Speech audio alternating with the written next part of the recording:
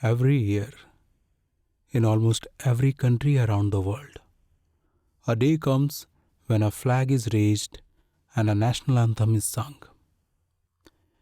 People remember the day their country became free, the day governance was restored to the people, free from foreign rule, the day they gained political freedom. If you grew up in India, the day is the 15th of August. If you grew up in America, it may be the 4th of July. It's a day of celebration. But today, I'd like to ask a different question. Is our deepest freedom political at all? When India fought for freedom from British rule, it was often described as the struggle for independence.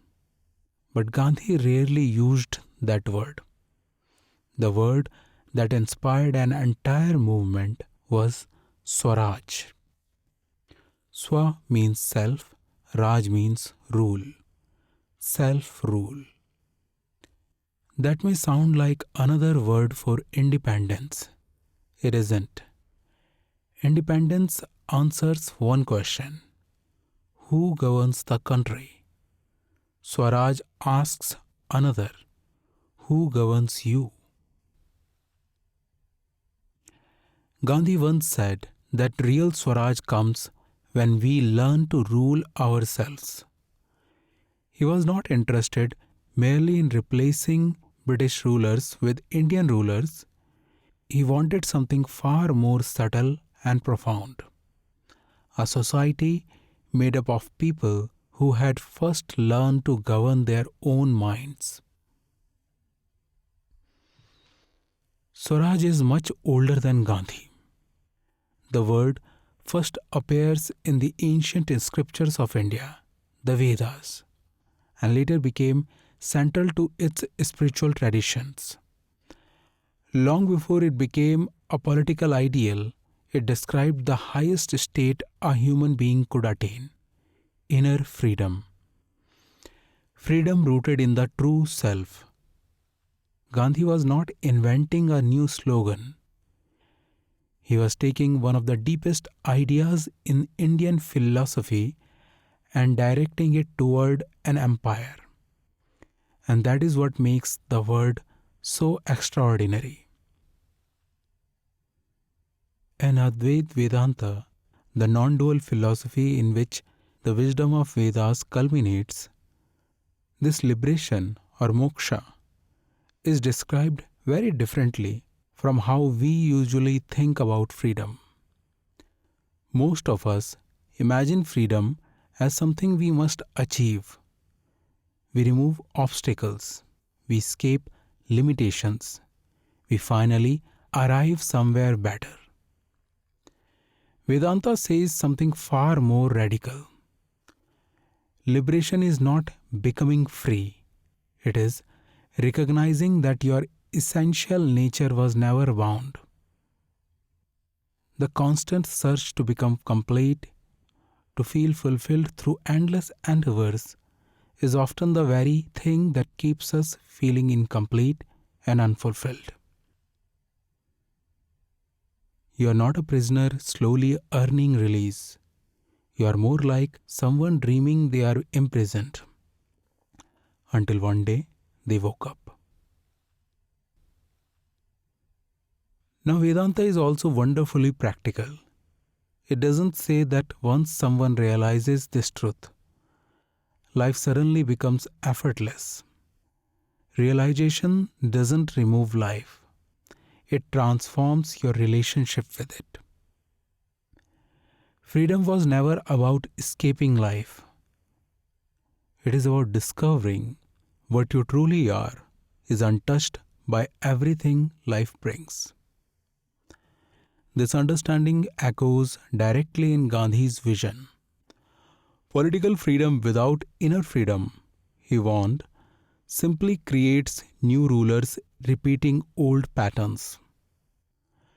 Freedom has to happen twice, once in society and once within ourselves. Otherwise, only the names have changed.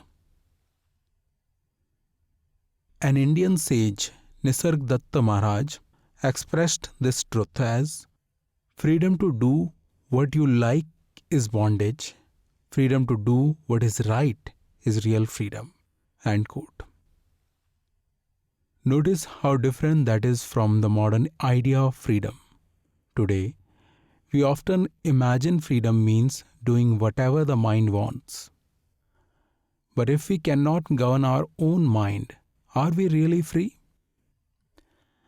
Instead of ruling the mind, we often find ourselves ruled by it, by our habits, our fears, our impulses, and our desires. Real freedom isn't merely the absence of restraint, nor is it forcing restraint. It is realizing that you are the awareness beyond both. From that space, the mind becomes clear, steady, and available to do what is right and beneficial for all. A mind no longer pulled helplessly by fear, anger, craving, or habit. That is Swaraj. That is self-rule. And that is the deepest freedom of all.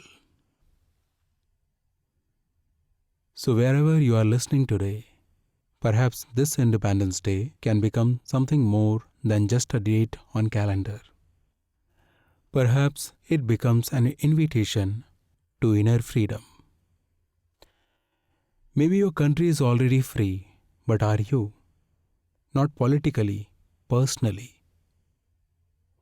Is there a habit that still rules you? A fear that keeps making your decisions?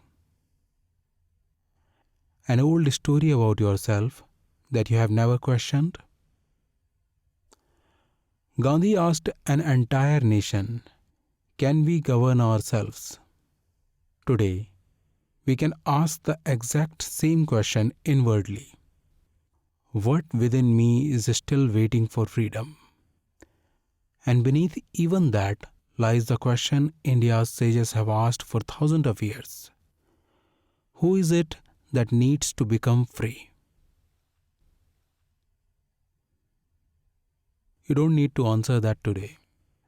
Simply let the question remain.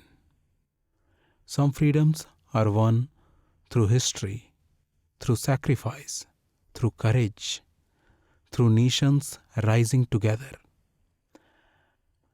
And some are discovered in perfect silence, like realizing a door you believed was locked was never locked at all.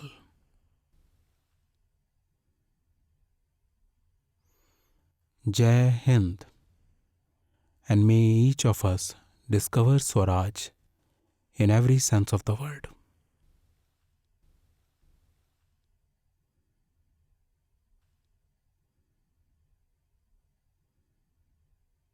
Namaste.